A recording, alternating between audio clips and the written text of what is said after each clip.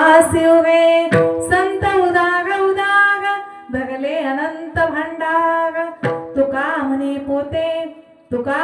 पोते देवे भरले नोहे रिते संत उदार उदार भरले अनंत भांडार। प्रस्तुत प्राप्त प्रसंगी प्राप्त वेळी कीर्तन सेवेसाठी घेतलेला अभंग देवचे सुप्रसिद्ध साधू वैराग्याचे मूर्तिमंत पुतळे की ज्यांनी जडाचा जीवाचा उद्धार करण्यासाठी या मृत्यू लोकावर जन्म घेतला आणि मृत्यू लोकाच्या नियमाचं उल्लंघन करून सदेह वैकुंठाला जाणारे मानवता उदारता लीनता यांनी संपन्न असणारे विश्ववंते जगन्मान्य जगद्भूषण श्रीमंत श्रेष्ठ जगद्गुरु तुकोबा यांचा चार चरणाचा उत्कृष्ट असा संत प्रकरणातील अभंग आहे। विठ्ठल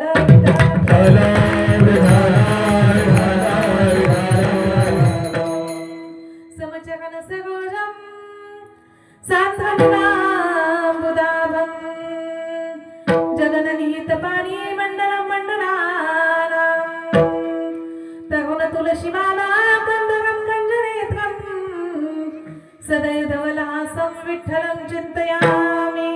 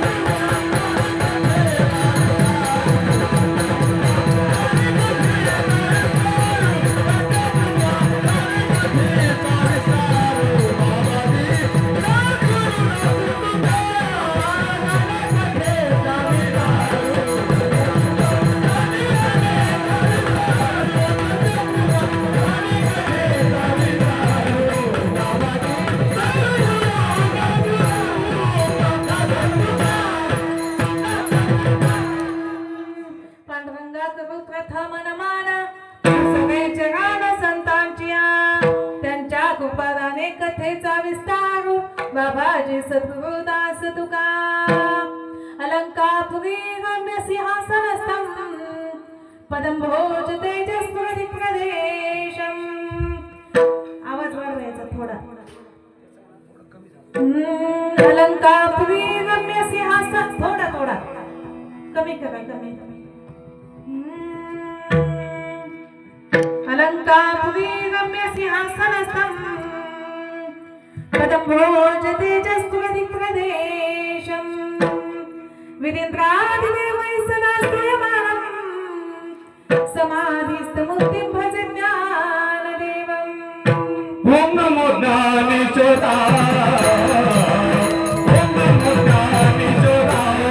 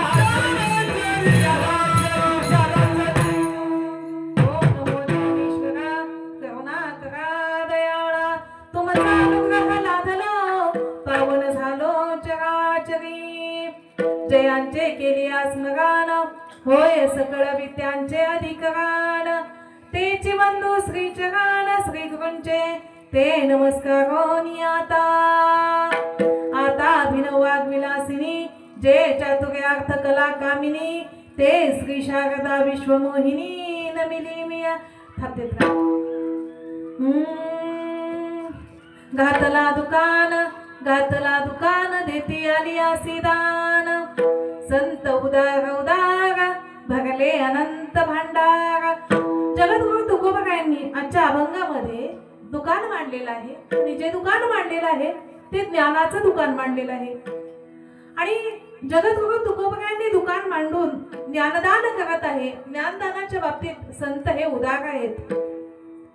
संत उदार उदार भरले अनंत भांडार आणि त्यांचा अंतःकरण रूपी देह हा ज्ञानाने गच्च भरलेला आहे. मागणाऱ्याला तर देतातच, पण मागून नंतर जे येणारे आहेत त्यांच्यासाठी सुद्धा शिल्लक आहे. म्हणून तुकोबाराय म्हणतात की तुका मने पोते देवे भरले नोहे रीते. हे देहरूपी पोत जे आहे ते ज्ञानाने गच्च भरलेलं आहे. ज्ञानाने ओतप्रोत भरलेलं असं हे पोत आहे. हा अभंगाचा सरळ भावार्थ झाला. विठ्ठल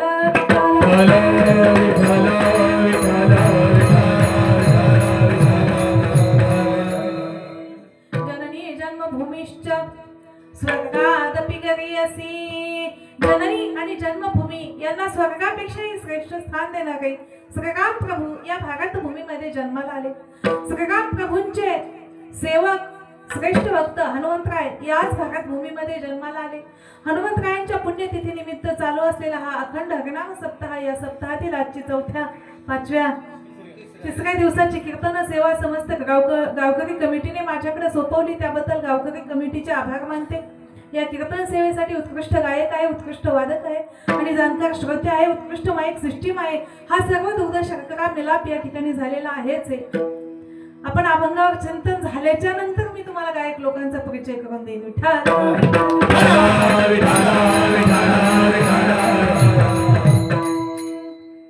आपण या भारत भूमीमध्ये जन्माला आलो हे आपलं महत् भाग्य. या भारत भूमीमध्ये नुसतं जन्माला आलो नाही तर आपल्याला जो देह प्राप्त झाला तो देह मनुष्य देह प्राप्त झाला. हे आपलं फार मोठं महत् भाग्य. कारण या ठिकाणी या देहाची इच्छा स्वर्गातील जे अमर आहेत, स्वर्गीचे जे देव आहेत, त्या देव लोकांनी या देहाची इच्छा व्यक्त केली. स्वर्गीचे अमर इच्छिताती देवा मृत्युलोकी भावा जन्मा किंवा इहलोकीचा हा देह देव इच्छिताती पाहे. धन्य आम्ही जन्म आलो दास विठोबाचे झालो. आपण या भूतलावर मनुष्य रूपात जन्माला आलो याला महत्व तर नाहीच, पण आपण विठ्ठलाचे दास झालो याला जास्त महत्व आहे. कारण जन्माला बरेच जण आलेत पण ते इकडे वळाले नाहीत. त्यांनी आयुष्यभर फक्त संसारच केला, तर त्यांचं जन्माला येऊन धन्यता आहे का? अजिबात नाही. म्हणून हे बघा, जन्माला 3 कारण आहेत. एक आपण अनिच्छा प्रारब्ध, इच्छा नसताना आपण जन्माला येतो. भगवंत परेच्छा प्रारब्ध, साधू संतांच्या इच्छेने भगवंत जन्माला येतात. आणि संत हे स्वेच्छेने जन्माला येतात. पण तुम्ही आम्ही अनिच्छा प्रारब्ध, इच्छा नसताना सुद्धा जन्माला का आलो? तर जन्माला येण्याची सुद्धा 3 कारण आहेत. पहिले जन्माला येण्याचं कारण आहे ते म्हणजे कर्म. नाथराय हरिपाठामध्ये म्हणतात केले कर्म झाले, केले कर्म झाले तिची भोगाले, केले कर्म झाले तिची भोगाले.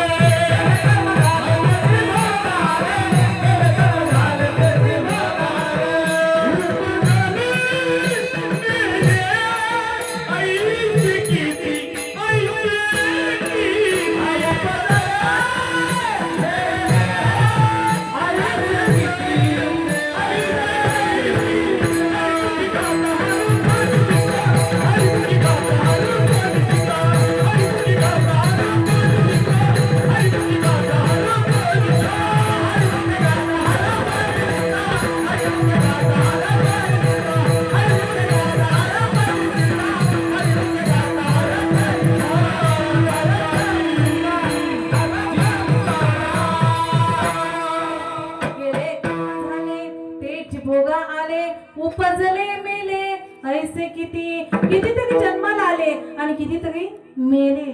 त्यांची गणत नाही गणत. मग का जन्माला आले ते? कारण जन्माला येण्याचं कारण कर्म. पण संतांना कर्म नाहीये. मग संतांना कर्म का नाही? कारण संत केलेलं कर्म भगवंताला अर्पण करतात. यत् करोषि यदश्नासि यज्जुहोसि तदासि यत् तपस्यसि कौन्तेय तत् कुरुष्व मदर्पणम्. केलेलं कर्म भगवंताला अर्पण करतात. पण तुम्ही आम्ही फक्त जेवायला बसल्यावरच पाणी फिरवतो. ते बी काही फिरवित काही फिरवित नाही. ब्रह्मार्पणम ब्रह्म हविर् ब्रह्माग्नो ब्रह्मणाहुतम ब्रह्मैव तेन गंतव्यम ब्रह्मकर्म समाधिना. फक्त जेवताना एकदा जेवण केलेलं कर्म भगवंताला अर्पण करतो, बाकीचं कर्म करत नाही. त्यामुळे कर्माचं फळ आपल्याकडे आहे. भगवंत म्हणतात तू कर्म कर, पण केलेल्या कर्माची फलाभिलाषा बाळगू नको. कर्मण्येवाधिकारस्ते मा फलेषु कदाचन. तू कर्म कर, पण कर्माची फळाभिलाषा बाळगू नको. आपल्या प्रत्येकाच्या आयुष्यामध्ये दुःख काय हो? आपण कर्म करतो, केलेल्या कर्माच्या फळाची अपेक्षा करतो, आणि ते फळ नाही मिळालं की मग आपल्या आयुष्यामध्ये काय आहे? दुःख आहे. पण त्या कर्माचं फळ द्यायचंय की नाही ते कुणाच्या हातात आहे? त्याच्या हातात आहे, हो की नाही? चलता चलता ठेस लागली आणि चप्पल तुटली. चप्पलाला 5 टाके पडले. चांभाराने 5 टाकेचे किती रुपये घेतो? 5 रुपये. आणि चलता चलता ठेस लागली, खाली पडला, डोकं फुटलं, डोक्याला 5 टाके पडले. डॉक्टर 5 टाकेचे किती घेतो? 5,000. दोघांनी टाके किती दिले? 5च. पण दोघांना ही फळ मिळताना एकाला जास्त आहे, एकाला कमी आहे. कारण भगवंत म्हणतो तू कर्म करत राहा, फळ तुला किती द्यायचं हे कुणाच्या हातात आहे? पण आपण प्रत्येक वेळी काय करतो? कर्म करतो, पण कर्माचं फळ मला प्राप्त झालं पाहिजे म्हणून आयुष्यभर दुःखी राहतो. आयुष्यभर किती असे कर्माचं फळ नाही मिळालं की दुःखी होणारे किती आहेत बाबा, नाही का? शेतकरी आत्महत्या करतो, का करतो? कारण पिकवलेलं जे सोनं होतं त्या सोन्याची काय झाली? माती झाली. कापसाला भाव द्यायचा की नाही कुणाच्या हातात आहे? कुणाच्या? शासनाच्या. कोण म्हणलं? सरपंचाच्या. कापसाला भाव सरपंच कसं देईल? आता तुमच्या सोयाबीनला भाव द्यायचं कोणाच्या हातात आहे? शासनाच्या आहे. अहो त्या खुर्चीमध्ये बसलेले जेवढे आहेत ना तेवढे असे, त्यांना ऊन नाही माहिती, वारा माहित नाही, पाऊस माहित नाही, माती माहिती नाही, काही माहिती नाही. पण तुमच्या शेताचा मालाचा भाव करायचं कोणाला माहिती? त्यांना नाही. पिढ्या चालत आलेलं आहे. खुर्चीत बसलेले तुमच्यापेक्षा जास्त शान आहे. ते तुम्हाला मोठं होऊ देणार कधीच, ते तुम्हाला मोठं होऊ देणार नाही. हे बघा, फार थोड्या दिवसात, खूप थोड्या दिवसात हुकुमशाही चालू होईल. खूप थोड्या दिवसात इथे हुकुमशाही राजवट लागू होईल. मंत्र्याचंच मूल मंत्री बनाल, आमदाराचं मूल आमदार बनाल, खासदाराचं मूल खासदार बनाल. एखाद्या लोकप्रतिनिधी आमदाराची, खासदाराची, मंत्र्याची, उपमुख्यमंत्र्याची जागा खाली झाली तर वारस हक्काने त्याची पत्नी, त्याचा मुलगा, त्याचा भाऊ वारस हक्काने खुर्चीवर बसतील. तिथं शेतकऱ्याच्या मुलाने अपेक्षा करायची नाही. एखाद्या आयोगाचं अध्यक्षपद खाली झालं, एखाद्या पक्षाचं अध्यक्षपद खाली झालंच तर तिथे सुद्धा राजकीय वारसा असलेली व्यक्ती बसेल. शेतकऱ्याच्या मुलाने त्याची अपेक्षा करायची नाही. शेतकऱ्याच्या मुलाने फक्त शेतात कष्ट करायचं, माल पिकवायचा आणि तो माल बाजारात नेऊन माती मोल भावात विकायचा.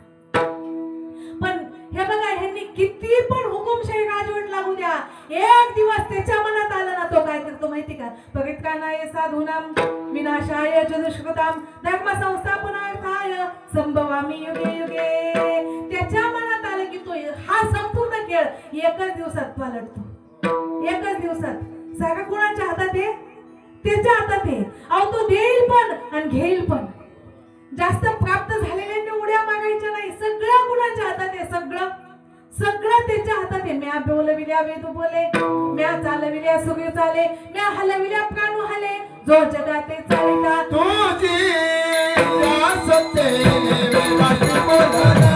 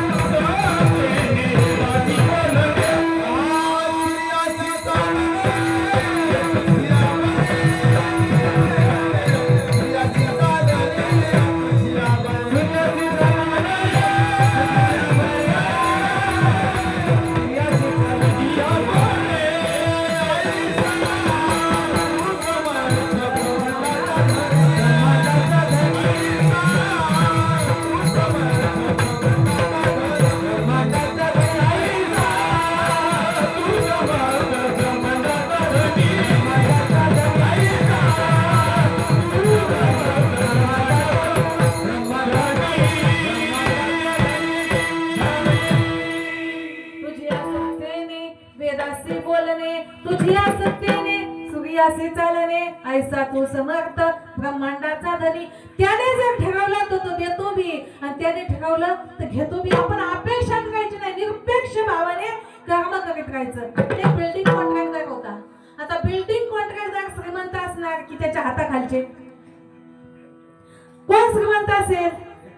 संस्था, शाळेच्या ज्या खाजगीकरण झालेल्या संस्था आहेत त्या संस्था चालक श्रीमंत असेल का शिक्षक श्रीमंत असेल? चालक श्रीमंत असेल, हो की नाही? सगळ्यात श्रीमंत कोण असेल? मालक असेल का हाताखालचा नोकर असेल? मग आता बिल्डिंग कॉन्ट्रॅक्टर श्रीमंत असेल की हाताखालचा गवंडी? खरं सांगा. हा, कॉन्ट्रॅक्टर श्रीमंत. तुम्ही म्हणाल तुम्हाला कशाला आणले हे सगळं आम्ही सांगायचं म्हणजे. कॉन्ट्रॅक्टर तो गवंडी म्हणतो, याच्या हाताखाली इतकी वर्ष झालं, मी आयुष्य झालं याच्या हाताखाली काम करतोय, हा श्रीमंत चाललाय, मी मात्र आपला गरीबच. जाऊ दे ना, याच्याकडे आपल्याला काम करायचं नाही. साहेब उद्यापासून मला तुमच्याकडे कामाला यायचं नाही. आता ते कॉन्ट्रॅक्टर आहे, त्याच्याकडे काय मजुराला कमी आहे का? तो म्हणला ठीक आहे उद्यापासून येऊ नको, पण लास्टचं एक घर काम सोडून दे. तो म्हणला याच्याकडे काम करायचं वैताग आला, तरी शेवटी ह्यांनी एक घर बांधायला सांगितलंच. मग त्यांनी येड्यावाकडे विटा, येड्यावाकडे सिमेंट, येड्यावाकडे वाळू आणि कसं तरी ते घर उभं केलं. जणू 6 महिन्यात घर बांधून झालं. त्या घराच्या चाव्या मालकाच्या हातात दिल्या, हे घ्या मालक, बांधलं शेवटचं घर. मालक म्हणले ही चाव्या तुझ्याकडे घे, हे शेवटचं घर तुलाच राहू दे, तू माझ्याकडे आयुष्यभर कष्ट केलं, तुला साधं राहायला घर नाही, हे माझ्याकडून तुला गिफ्ट. काय वाटलं असेल त्याला? काय वाटलं असेल त्याला? म्हणून भगवंत सांगतो कर्म आनंदासाठी नाही, आनंदाने करा. जे कर्म करतात त्याची फळाभिलाषा बाळगू नका. जीवनात दुःख काय? कारण आपण कर्माची फळाभिलाषा बाळगली म्हणून दुःख आहे. जेवढे जन्माला आले तेवढ्यांनी कर्म करताना कर्माची, संतांनी कर्म केलं नाही का? संतांनी कर्म केलं पण कर्माची फळाभिलाषा बाळगली नाही. ज्ञानाग्नीचे मुखे जेणे कर्मे जाळिले अशेके, तो परब्रह्मची मनुष्य वेखे ओळख तू.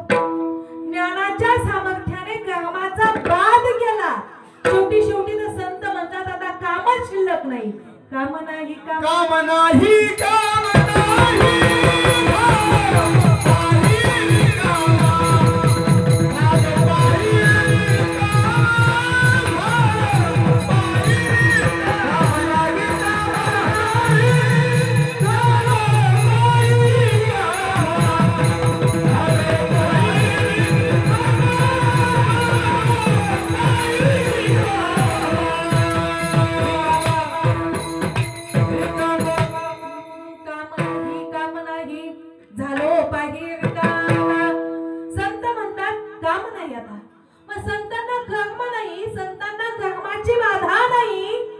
जन्माला येण्याचं दुसरं कारण कोणतं? हे बघा, आपलं पहिलं कारण सांगितलं. जन्माला येण्याचं पहिलं कारण कर्म. तुम्ही आम्ही कर्मामुळे जन्माला आलो. संतांना कर्माची बाधा अजिबात नाही. संत स्वेच्छेने येत आहेत. बघा, दुसऱ्या जन्माला येण्याचं कारण पाप. तुम्ही आम्ही पापामुळे जन्माला आलो. जन्म येणे घडे पातकाचे मूळ. तुम्ही आम्ही पापामुळे जन्माला आलो, पण संतांना पाप का नाही हो? संतांच्या आयुष्यामध्ये पाप का नाही? तर संतांनी अखंड आयुष्यभर नामस्मरण केलं आणि नामस्मरणामुळे काय झालं? तरी कीर्तनाचे निनटनाचे नाशिले व्यवसाय प्रायश्चित्ताचे, जे नामच नाही पापाचे ऐसे केले लागून दी पाप पुण्य.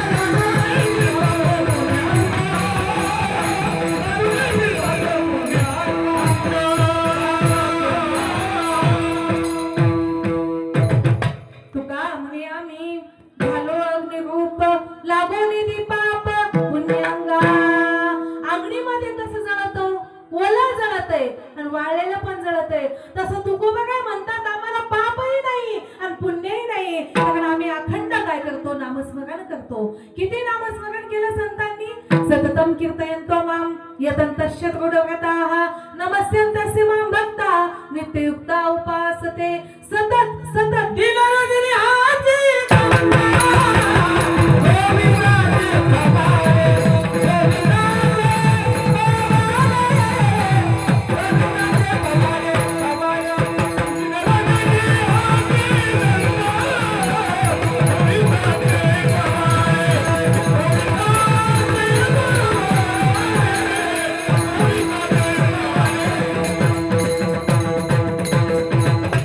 दिनराजनीचे धंदा गोविंदाचे पवाडे रात्रंदिवस संतांनी नामस्मरण केल्यामुळं संतांच्या आयुष्यामध्ये समाधान प्राप्त झालं सुख प्राप्त झालं सदा नाम घोष सदा नाम घोष करू हरी गाता सदा नाम घोष करू हरी गाता सदा नाम घोष करू हरी गाता सदा नाम घोष करू हरी गाता तेने सदा चित्त समाधान तेने सदा चित्त समाधान तेने सदा चित्त समाधान सर्व सुख ज्ञान सर्व अलंकार सर्व सुख ज्ञान सर्व अलंकार तेने सदा चित्त समाधान सदा समाधान सर्व सुख ज्ञान सर्व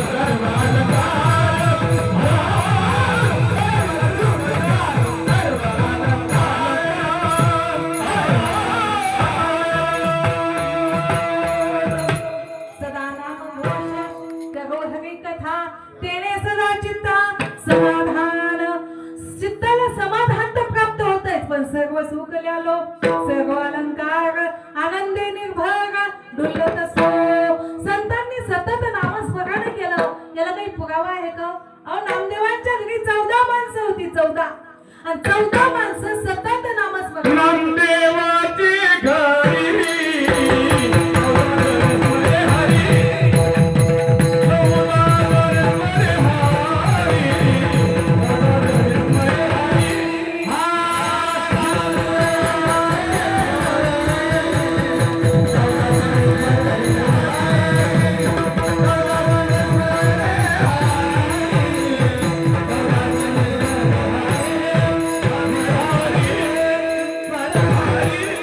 नामदेवाच्या घरी 14 जण स्मरे हरी मग नामदेवांच्या घरी 14 माणसं कोण कोण होती हे सांगणारा आमचे सासरे भजन सम्राट बंडूबुवा गुळेगावकर यांनी गायलेला अभंग आहे महाराज म्हणते गोदाई राजाई दोघी सासू सुना राम नाम जना बापुलिका राम नाम जना बापुलिका राम नाम जना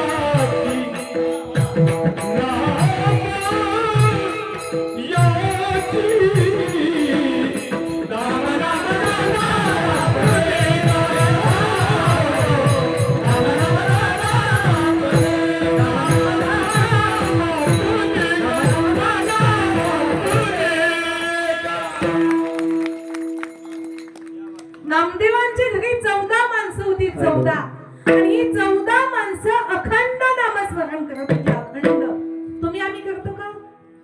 एकादशी आली कधीतरी, सप्ताह चालू झाला कधीतरी, पण सतत नामस्मरण केलं ना तर भगवंत काय म्हणतात, तू सतत माझं नामस्मरण केलं तर काय होईल माहितीये का?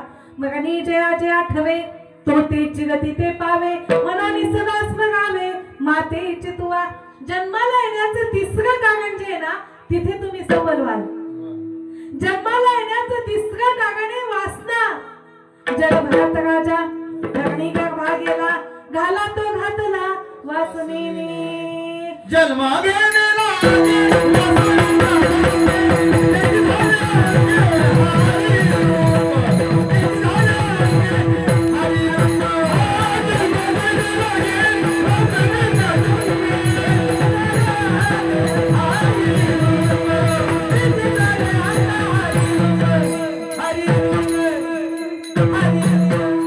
जन्म घेणे लागे वासनेच्या संगे तेच झाले अंगे.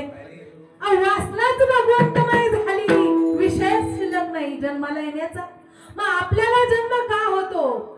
मग ते वेळी जे आठवलं, मरणी जयाचे आठवे तो तेच गती ते पावे, म्हणून सदा स्मरावे मातेची तुवा. भगवंत म्हणतात तुला मरते वेळी जे आठवलं तू त्या गतीला पावशील. म्हणून यम यम वापी स्मरण भावम त्याचे ते कलेवरम तम तमे वैती कौंतेय सदा तद्भाव भावितः.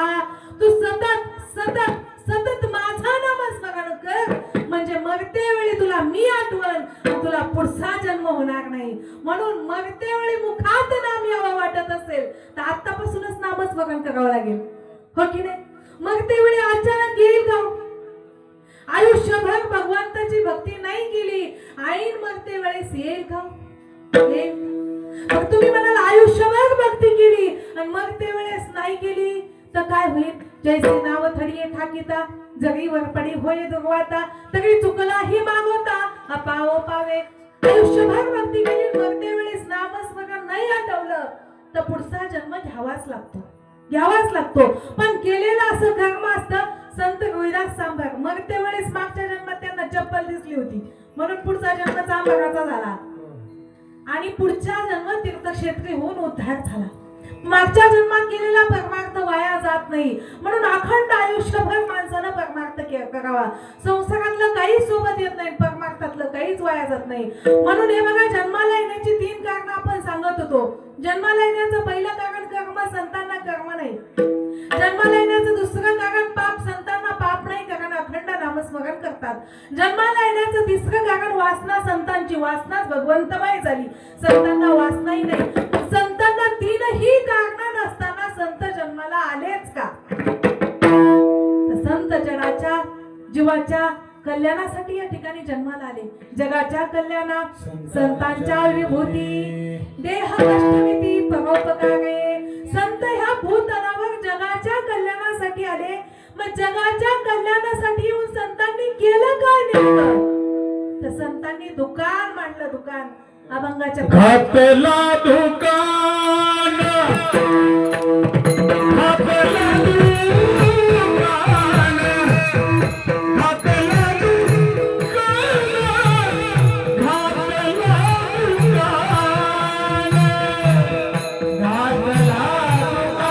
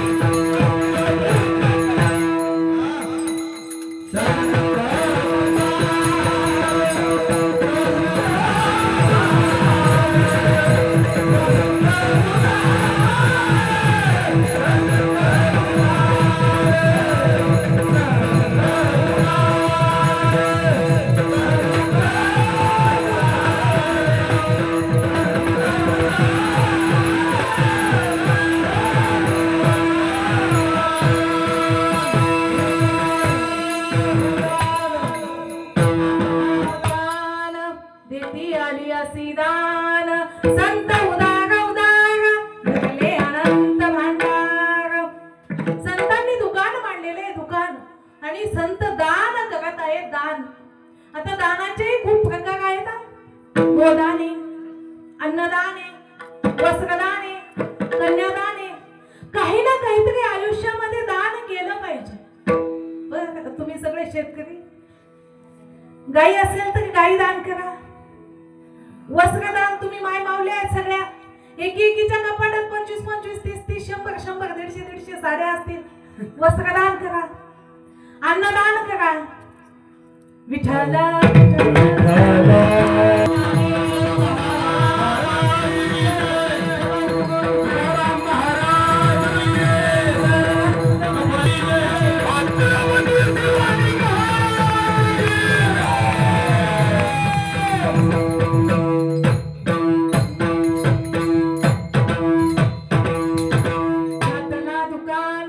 देती आली असी दान, संत उदार उदार जगले अनंत भंडार.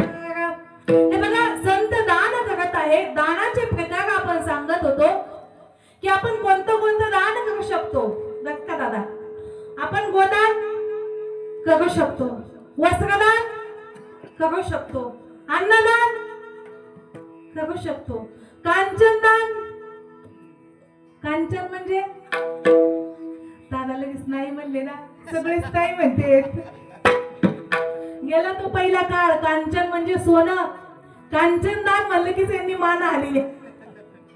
सोन्याचे भाव चालले कुठं, गगनाला भिडले. कांचनदान पूर्वीच्या काळात करत होते, त्रेतायुगात. आता नाही, आता शक्य नाही कांचनदान करणं. पण गोदान करू शकतो, अन्नदान करू शकतो, वस्त्रदान करू शकतो की नाही माय मावल्यांनो? वस्त्रदान होते की नाही आपल्याच्याने? 9 रात्रीमध्ये 9 दिवस 9 कलरच्या साड्या घालण्यापेक्षा एक साडी एखाद्या गरीब बाईला द्या. देवी तुमच्या घरी येऊन पाणी धुवून पाय पिईल, तुमचं पायचं पाणी धुवून पाणी पिईल. वस्त्रदान झालं पाहिजे. आपल्याच्याने जे जे दान होईल ते ते आयुष्यामध्ये झालं पाहिजे. संसारातलं आपण काहीच सोबत नेणार नाही, काहीच. हे दादा आम्हाला दरवर्षी जेव घालते. अन्नदानाचं पुण्य दादा तुम्हाला लागतं की नाही? दादांचं नाव मला माहिती नाही. भगवान दादा, दादांनी गेल्या वर्षी कीर्तन झाल्यावर जेव घातलं होतं. आज कीर्तनाच्या आधीच जेव घातलं. बघा, वाढ करणारे सुगरण आणि वाढणारे उदार. पण आपल्याला उभं राहायचंय म्हणलं, लय खाऊन जमणार. ताईला म्हणलं, ताई कीर्तन झाल्यावर जेव घालायचं होतं. मग लय जास्त म्हणजे ताईचा स्वभाव असा आहे, किती खाऊ घालून किती नाही. जेवणारही तसंच लागतं, तसं वाढणार उदार लागतं, खाणार पण तसंच लागतं, हो की नाही? ताईचा स्वभाव छान आहे, दादांचाही स्वभाव छान आहे. तर दान हे आयुष्यामध्ये झालंच पाहिजे. जे घडेल ते दान. हे बघा, दारात आलेला भिकारी उपाशी नाही गेला पाहिजे. साई इतना दीजिए, साई इतना दीजिए, जा में कुटुंब समाए, ना मैं भूखा रहूं ना भिकारी भूखा जाए. देवा, जास्त नको देऊ. मी उपाशी नाही राहिलं पाहिजे, नाही माझं कुटुंब उपाशी नाही राहिलं पाहिजे, आणि दरवाजात आलेला भिकारी तो उपाशी नाही गेला पाहिजे. दान हे आयुष्यात घडलंच पाहिजे. मग आजच्या अभंगामध्ये जगद्गुरु तुकोबा काही दान करत आहेत. दान करणारी व्यक्ती ही श्रीमंत असावी लागते.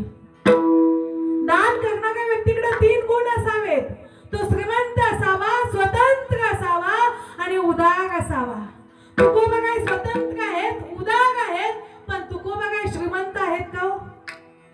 तुकोबा काय म्हणतात, श्रीमंतीच्या बाबतीत सांगायचं झालं तर तुकोबा काय म्हणतात, त्या चोरट्यांना सुद्धा आमची भीती वाटते. आम्ही सदैव सुडके, जवळ येता चोर धाके, जाऊ पुढती भिके, कुत्री घर राखी ती. आमची अशी परिस्थिती आहे की समोरच्या चोरट्याला धाक पडतो की हेच माझ्याकडून काही मागन की काय. अहो, देव तुकोबांच्या घरी जेवणासाठी आले. द्वादशीच्या दिवशी देव आलेले. तुकोबांना प्रश्न पडला की आज देवाला जेवणासाठी करू काय. तुकोबांनी कन्या केल्या, कन्या, पण त्या सुद्धा कशा केल्या हो? करदरिता पाना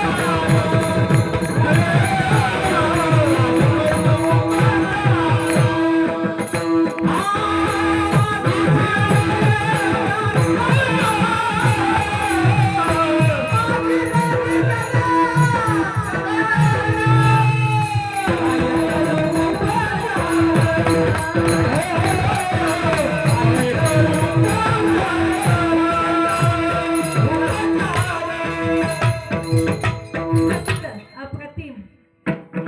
इथं पाण्या माझी रात येण्या कन्या पाण्याचं प्रमाण जास्त आहे. तू खूप काय म्हणतात काय करू उपचार झोप मोडकी जर्जर. अहो शेवटी जेवण झाल्याच्या नंतर आपल्या तिकडं विडा देतात विडा.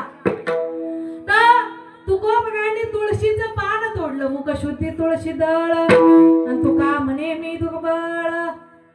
तुळशीचं पान दिलंय पान तुम्ही घ्या म्हणून देव जेवणासाठी आलेले. मग तुकोबा काय गरीब आहेत का हो? मला सांगा ज्यांच्या घरी देव जेवणासाठी येतो ते गरीब का? सांगा. व्यवहारात ते गरीब असतील परमार्थात तुकोबा काय गरीब आहेत का? बघा व्यवहारातला विचार केला तर तुकोबांनी 65 कोटींची जहागिरी दान दिली. दान. दुष्काळ पडला होता. दुष्काळामध्ये तुकोबांनी संपूर्ण इस्टेट दान केली. दान. आपल्याला 10 रुपये देऊ वाटतात का बाबा? देऊ वाटतात?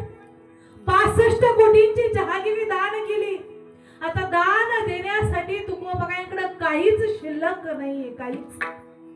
आता तुकोबाई तुमचे दान करतायत तुम्ही म्हणता. तुकोबाईंनी दान देण्यासाठी दुकान पण बांधलंय आणि तुम्ही सांगता तुकोबाईंकडे दान देण्यासाठी शिल्लक काहीच नाही. कोण म्हणतं तुकोबाईंकडे शिल्लक काहीच नाही? दान देण्यासाठी पैसाच लागतो असं कोण म्हणतं? सगळ्यात श्रेष्ठ दान आहे ते म्हणजे ज्ञानदान. आणि ते ज्ञानदान तुकोबाई करत आहेत.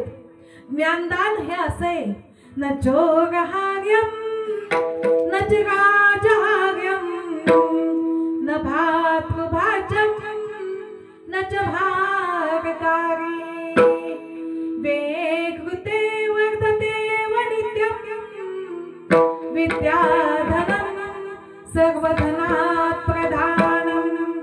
विद्याधन असं आहे चोर चोरी करू शकत नाही. राजा हिसकावून घेऊ शकत नाही. भाऊ हिस्सा मागू शकत नाही. तुम्ही सगळे चाली म्हणणारे सगळे चालीचे थोडक्यात आहेत की नाही? एकेकाला 500 चाली येत असतील. सगळे मस्त चाली म्हणणारे. उद्या तुमचे हिस्से झाले आणि तुमच्या भावाने हिस्सा मागितला तर तुमच्या चालीत हिस्सा मागेल का तुमच्या इस्टेटीत? मग चाल हे तुमचं ज्ञान आहे. आता या दादांना 500 बोलीत असतील दादा का जास्ती येते? जास्ती येते. टाळ्या वाजवा त्यांच्यासाठी. डबल धगा 1000 बोल येते. उद्या यांच्या बंधुकासनी हिस्सा मागितला आणि तुझ्यातले 500 बोल मला दे. तुला आळंदीला शिकायला टाकलं तुला पैसे पुरले 500 बोल मला दे. देऊ शकतात? ज्ञान हे असं धन आहे त्याच्यामध्ये कोणीच हिस्सा घेऊ शकत नाही. याच्या पुढे जाऊन सांगते राजा पूज्यते स्वदेशी विद्वान पूज्यते सर्वत्र. एखादा मोठा राजा जरी झाला धनवान जरी झाला बलवान जरी झाला तरी त्याची पूजा ही त्याच्याच राज्यात केली जाते. पण ज्ञानी व्यक्तीची पूजा ही सर्वत्र केली जाते. सर्वत्र. आणि याची प्रचिती तुम्हाला सांगते. स्वामी विवेकानंद तुम्हाला माहिती असेल सगळ्यांना. स्वामी विवेकानंद शिकागो येथे गेले. अमेरिकेतील शिकागो येथे जागतिक धर्म परिषदेसाठी स्वामी विवेकानंद गेले. बाकीचे लोक सुटाफुटात आणि स्वामी विवेकानंद आपले भगव्या लुंगीत. ते लोक चेष्टा करू लागले. म्हणले हे साधू हे काय सांगणार आहे?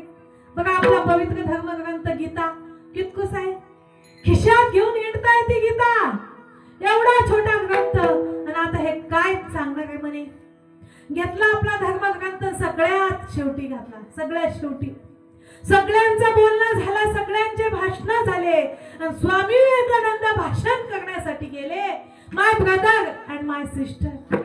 माझ्या बंधू आणि भगिनींनो या दोनच शब्द श्रोत्यांच्या अंतःकरण जिंकली. कारण अमेरिकेमध्ये माझ्या भावांनो आणि बहिणींनो म्हणणार एवढं प्रेम कुठं भेटणार? अहो या भारताला माता म्हणतात. अमेरिकेला साधं मावशी सुद्धा म्हणत नाहीत. स्वामी विवेकानंद अमेरिकेमध्ये गेले. बोलण्यासाठी शेवटची संधी दिली. स्वामी विवेकानंद बोलू लागले तुम्ही माझा ग्रंथ कनिष्ठ म्हणून सगळ्यात खाली घातला पण हा सर्व धर्म ग्रंथांचा पाया माझा धर्मग्रंथ झालाय. जर माझा धर्मग्रंथ काढून घेतला तर बाकीचे काय होतील?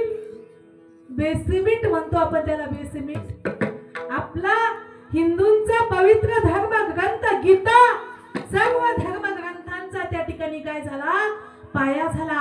आणि स्वामी विवेकानंदांचे एक एक वाक्य, नवे नवे एक एक शब्द ते लोक डायरी घेऊन इंग्लिश मध्ये, म्हणजे स्वामी विवेकानंदांचं भाषण ती लोक स्वतःच्या डायरीत टाईप करू लागली. अमेरिकेमध्ये ज्यांनी विजय मिळवला तो कशाच्या सामर्थ्याने? ज्ञानाच्या सामर्थ्याने. म्हणून ज्ञाना इतकं श्रेष्ठ असं जगात दुसरं काहीच नाहीये. आणि आजच्या अभंगामध्ये जगत तुकोबा काय ज्ञानदान करत आहे का हो? मग तुमचे तुकोबा काय ज्ञानदान देण्याच्या बाबतीत उदार आहेत का हो? त्या अभंगाचं द्वितीय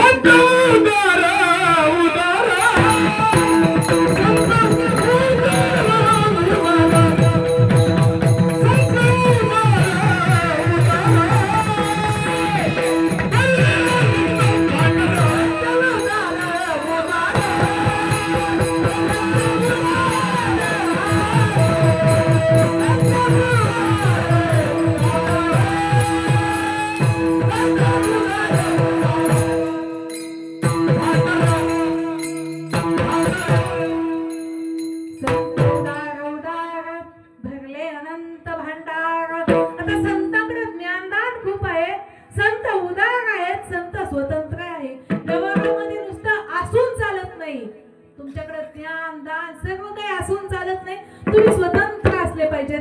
आता एका बहिणीचा भाऊ आमदार झाला. बहीण राखी बांधण्यासाठी भावाला गेली. राखी पौर्णिमेला गेली, भावाला राखी बांधली. भाऊ म्हणला, ताई तुझा भाऊ आमदार झालाय, काय मागायचं ते माग. ती म्हणली, मग पिंट्या आहे ना माझा पिंट्या, त्याला IPS कर IPS. आता तो म्हणला ठीक आहे, पिंट्याला मी IPS करतो, पण पिंट्याचे कागदपत्र पाठवून दे. भाच्याचे काय कागदपत्र पाठवून दे. तर बहीण म्हणली, नेमकी कागदपत्र संडास बाथरूमची देऊ का घराची देऊ? तो म्हणला, अगं येडे, त्या संडास बाथरूमची नको, घराची नको, त्याच्या शिकलेल्याची कागदपत्र दे. बहीण म्हणली, तुझा भाचा पहिली सुद्धा शिकला नाही, पहिली सुद्धा शिकला नाही. मग आता भाऊ आमदार आहे, भाच्याला IPS करू शकतो? करू शकतो? मग नुसतं असून चालत नाही, त्याच्याकडे ती पात्रता. आलं लक्षात? तसं संत उदार आहेत, ज्ञानदानाच्या बाबतीत संत उदार आहेत, पण संतांकडे ती पात्रता सुद्धा आहे. संतांकडे ज्ञान आहे. संतांकडे किती ज्ञान आहे? संतांच्या ज्ञानाच्या बाबतीत विचार केला तर संतांचं ज्ञानाने हे अंतःकरण ओतप्रोत भरलेलं आहे. ज्ञानाची तुलना कशाशीच करता येत नाही. ज्ञान हे असे जैसे ज्ञान हे उपमीचे ज्ञानेसीची. विद्वानाचं महत्व एक विद्वानच जाणू शकतो. जशी एखादी आई, जशी एखाद्या गर्भवती महिलेला प्रसूतीच्या काळातील वेदना विचारा, ती कोण सांगू शकते? आईच सांगू शकते. तसं ज्ञानी व्यक्तीचं महत्व कोण सांगू शकतो? ज्ञानीच. संत कळायला कोण व्हावं लागेल? संतच व्हावं लागेल. तुका भावे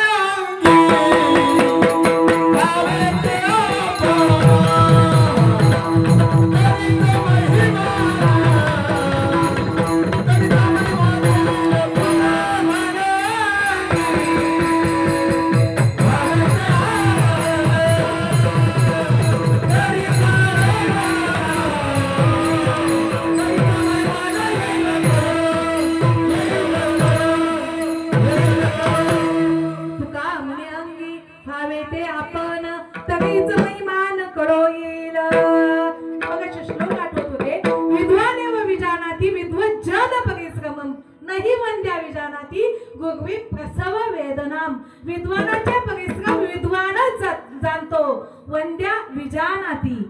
विद्वज्जन हे बघा, गरोदर प्रसूत काळातील वेदना ही वाजबाई जाणू शकत नाही, ती आईच जाणते. तसं विद्वानाचे परिश्रम अज्ञानी जाणू शकत नाही, तो ज्ञानीच जाणू शकतो. तसं संत ओळखायला सुद्धा कोण व्हावं लागेल? आपण संत व्हावं लागेल. संत हे दिसतात माणसासारखे, पण माणसं असतात का?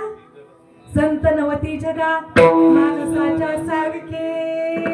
हे बघा आजकाल जगामध्ये संत ओळखणं फार अवघड झालंय बघा.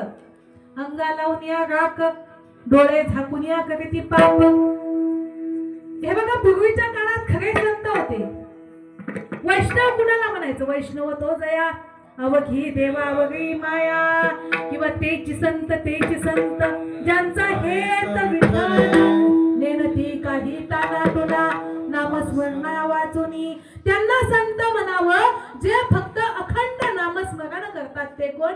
संत. नामस्मरणाशिवाय दुसरा ताना टुना त्यांना सुचतच नाही.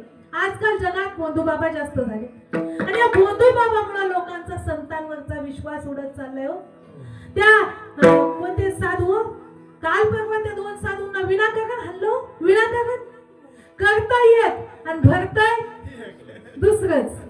अहो लोकांचा साधूंवर विश्वास राहील का असं जर घडत गेलं तर? हा पुढे चिचुके एक, चिचुकेचे मोती बनून एक. हा आणि बायकांना तुम्हाला सांगते, श्रद्धा असावी पण अंधश्रद्धा नसावी. श्रद्धा खूप ठेवा पण अंधश्रद्धा ठेवून कोण्या बंधुबाबाच्या पाया पडू नका. जगामध्ये साधू ओळखणं फार कठीण झाले. अंगा लावून या राख, डोळे झाकून या करीती पाप. अशी संत. हे बघा संतांच्या संगतीत जावं तुम्ही. संतांच्या संगतीत गेल्याशिवाय भगवंताची प्राप्ती होणार नाही. संतांच्या संगतीत जाण्यापर्यंतचं मधलं माध्यम कोणतं आहे? संत आहे. तुम्ही डायरेक्ट मुख्यमंत्र्याला भेटू शकता नाही, मध्ये कोणीतरी तुम्हाला त्याचा पीए वगैरे लागल की नाही. तसं डायरेक्ट देवाची प्राप्ती तुम्ही करू शकता नाही, मध्ये कोणीतरी काय लागेल त्या संतांचं कोण लागेल? हरी प्राप्ती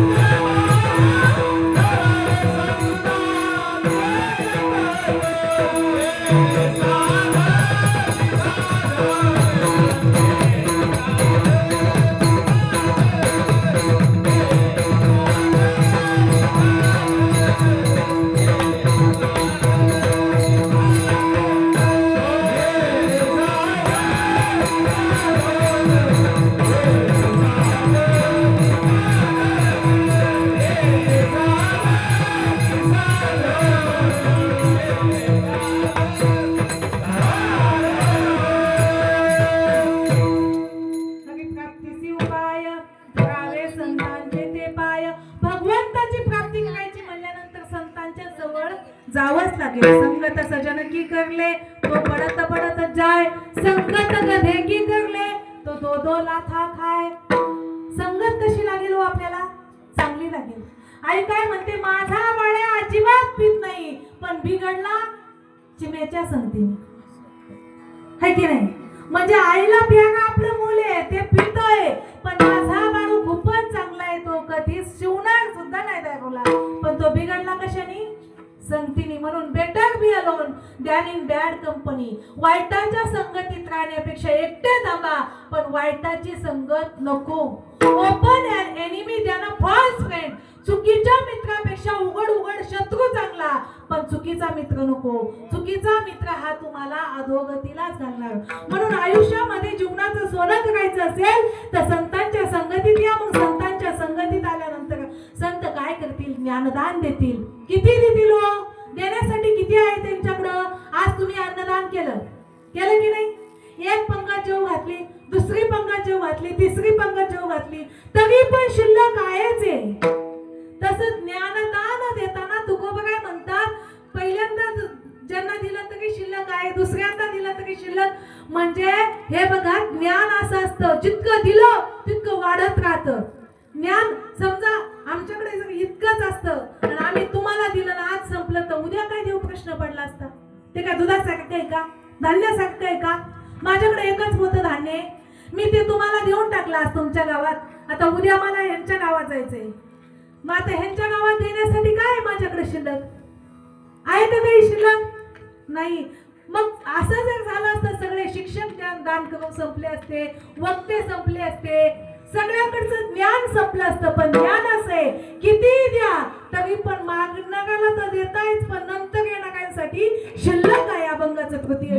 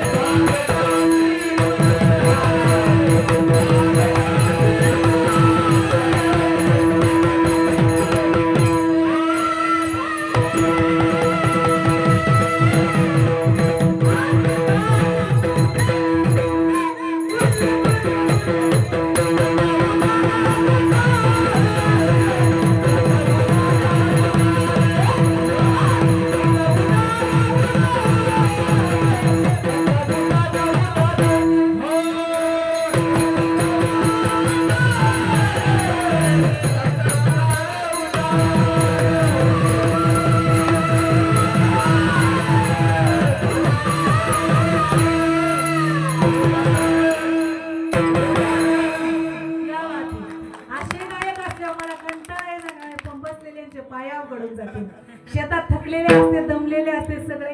बघा मग तुम्हाला एक प्रश्न विचारायचा आहे, सगळ्यांना प्रश्न विचारते.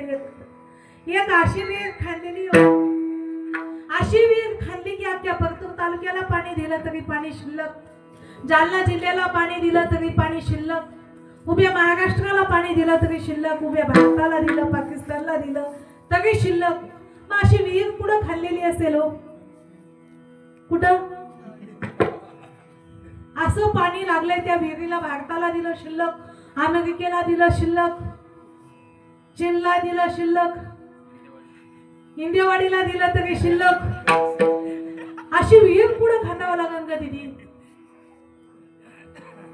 की सगळ्याला पाणी देऊन पाणी शिल्लकच आहे? कुठं की दादा भाऊ कुठं? तुम्हाला कशाला आणलं म्हणावं, मग आम्हाला येत होत. अशी विहीर पुढं खांदावं लागेल बाबा, तुम्ही शेतकरी येत.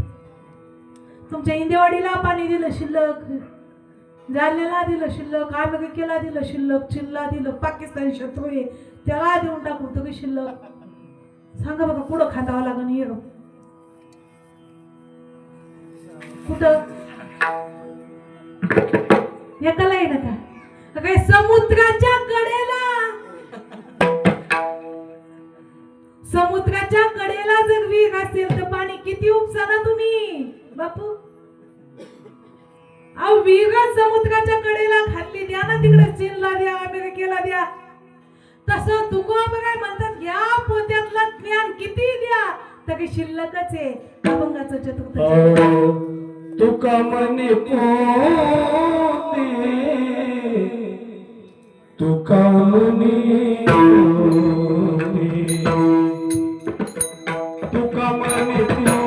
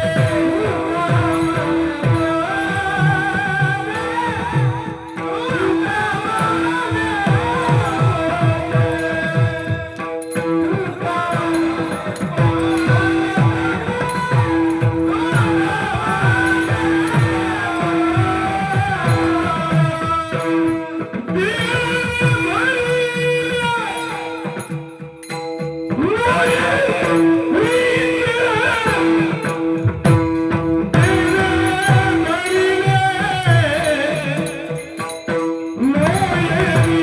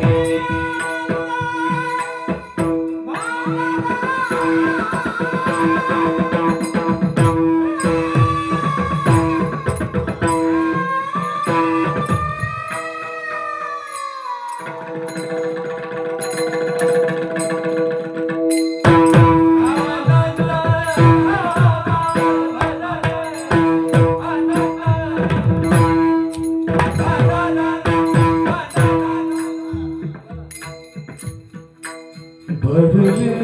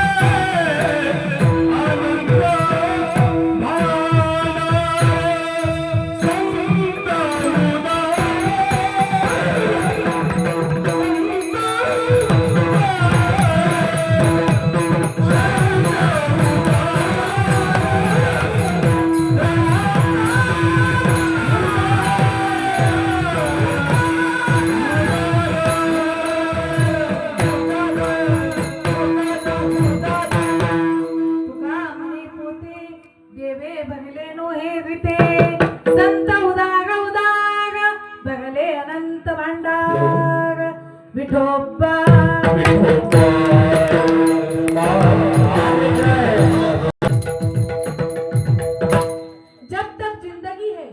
जब तक जिंदगी है तब तक फुर्सत न होगी काम से, लेकिन कुछ समय ऐसा निकालो याद करो श्री राम से, याद करो श्री राम से।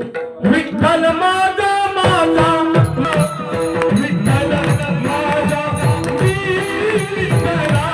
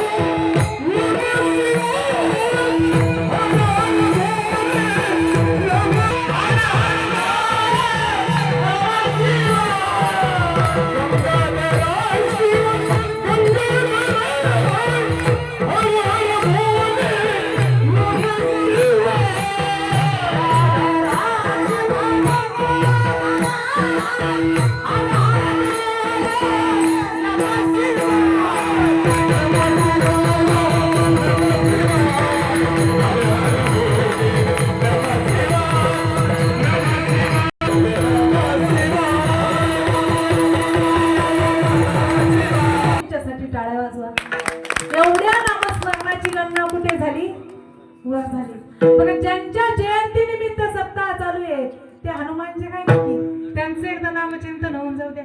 राम सीता जानकी जय बोलो हनुमान की. राम सीता जानकी जय बोलो, राम सीता जानकी जय बोलो हनुमान की.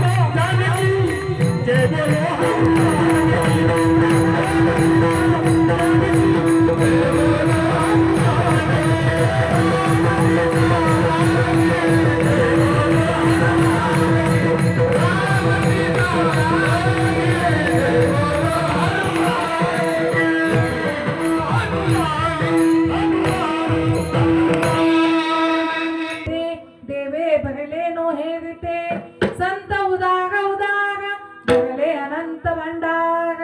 या अभंगावर जे काही चिंतन मांडण्याचा प्रयत्न केला ते म्हणणार नाही की अभंगाचा अर्थ असाच होतो आणि अभंगावर चिंतनही असंच होतं. मराठी भाषा आहे, पळवावी तिकडे पळते आणि वळवावी तिकडे वळते. म्हणून जे काही मोडकी तोडकी सेवा केली ती हनुमंतरायांच्या चरणी, सर्व सज्जन श्रोत्यांच्या चरणी, गायकांच्या चरणी, वादकांच्या चरणी, सगळ्यांच्या चरणी अर्पण करते. सेवेला या ठिकाणी पूर्णविराम देते. ते अगोदर आपल्या कीर्तन सेवेसाठी उत्कृष्ट गायक उपलब्ध होते. दादांचा परिचय राजादादा आहेत आणि संजू दादांचे आभार मानते, संजू महाराजांचे आभार मानते. उभ्या महाराष्ट्राला ज्यांनी वेळ लावलं ते बंडूबुवा गोळेगावकर यांचे चिरंजीव आमचे मालक पांडुरंग महाराज गोळेगावकर त्यांचे आभार मानते. भागवत दादांचे आभार मानते. इकडे बापू आहे, बापूंनीच या ठिकाणी मला बोलवलं. बापू 20 वर्षापासून इथे येतात, एकदा आमच्या बापूंसाठी टाळ्या वाजवा. आणि बापू माझ्यासोबत मुंबईपर्यंत कीर्तनाला आले. बघा मुंबईला कीर्तनाला येणं म्हणजे सोपं नाही, 2 दिवस मोडते, एक जाणं आणि एक येणं. पण तरी सुद्धा बापू कधीच नाही म्हणत नाही. बापूंनी मला वडिलांप्रमाणे साथ दिली. तसेच बाकी इतर आपल्या गावातील सर्व गायक मंडळी, उत्कृष्ट पकवाद वादक दादा, एवढ्या गरमीमध्ये घामघाम झाले, आता शेकटवलं झालंय. दादांचं नाव काय? अर्जुन दादा. दादांचे आभार मानते. कीर्तन सेवेसाठी उत्कृष्ट माईक सिस्टीम आहे, माईक सिस्टीम साठी जोरदार टाळ्या वाजवा. माईक सिस्टम गोळेगावच्या शेजारची लोणी.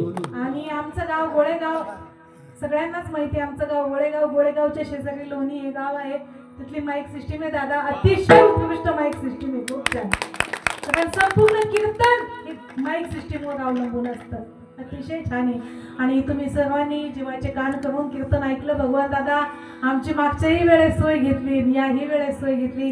दादांचेही आभार मानते, ताईचेही आभार मानते. ताई सुद्धा खूप खूप सेवा करतात. आल्यानंतर चहा जेवण सगळी सोया ताई करते. बापू सुद्धा 7 दिवस ताईंकडेच असतात. म्हणजे काय माहितीये का, माणसाचा स्वभाव चांगला लागतो, माणुसकी लागते, बाकी सोबत काही नेणार नाही. येताना घेऊन आलासी काय, जाताना घेऊन जाशील काय. येताना काही नेलं नाही, जाताना काही नेणार नाही. जे 2 हाताने घडेल तेच आपण देऊन जाऊ. म्हणून झालेली सेवा भगवंताच्या चरणी अर्पण करते. सेवेला या ठिकाणी पूर्ण ज्ञानेश्वर